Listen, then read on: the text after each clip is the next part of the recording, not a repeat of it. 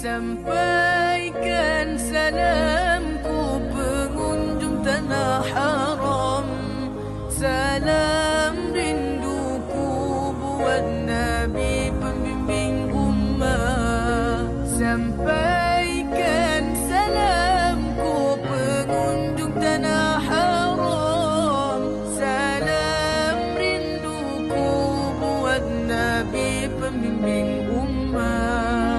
Lihatlah Ka'bah sungguh indahnya, bercahaya kemuliaannya. Lihatlah Ka'bah sungguh indahnya, bercahaya kemuliaannya. Tuhan sentiasa